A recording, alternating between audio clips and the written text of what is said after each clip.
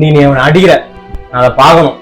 அடிக்கிற அடியில எனக்கு சட்டி தான் கிழிஞ்சு ஊறாம பாரு. இன்னைக்கு என்ன ஆயிரம் மட்டும் பாரு. எங்கடா அவன்? யார கேக்குறீங்க? அதான் உங்க டீம்ல ஒருத்தர் போனேன் விரைச்சுக்கிட்டு. அவரா? அந்த வே வருவாரா ஓடிடுவாரா? வருவாரு. வரட்டும் வரட்டும், இன்னைக்கு இருக்கு உங்களுக்கு. என்ன முக்காடு? அது ஒண்ணு இல்லடா, போன மேட்ச் வைபவ் சூரியச்சின்னு ஒருத்தன் பிரிச்சுட்டா, வெளியே தலைவாட்ட முடியல. உங்களையும் மட்டும் அடிச்சான், எங்களையும் அடிச்சான்.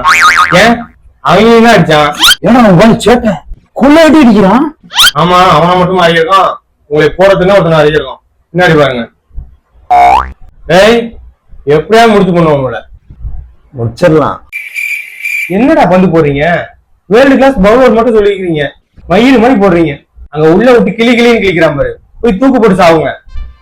கடப்பாறை தெரியுமா பங்காளி? கடப்பாறை.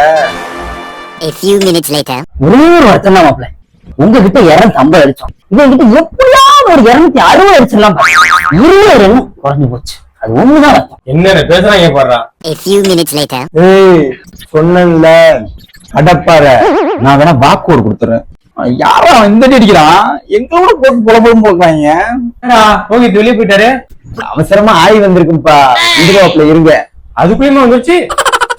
அடிச்சு அடியில் இந்த பக்கத்துல உட்காந்து கழிஞ்சிட்டு உட்காந்துருக்காங்க பாருங்க. வெக்கமாவே இருக்காடா உங்களுக்கு எல்லாம்.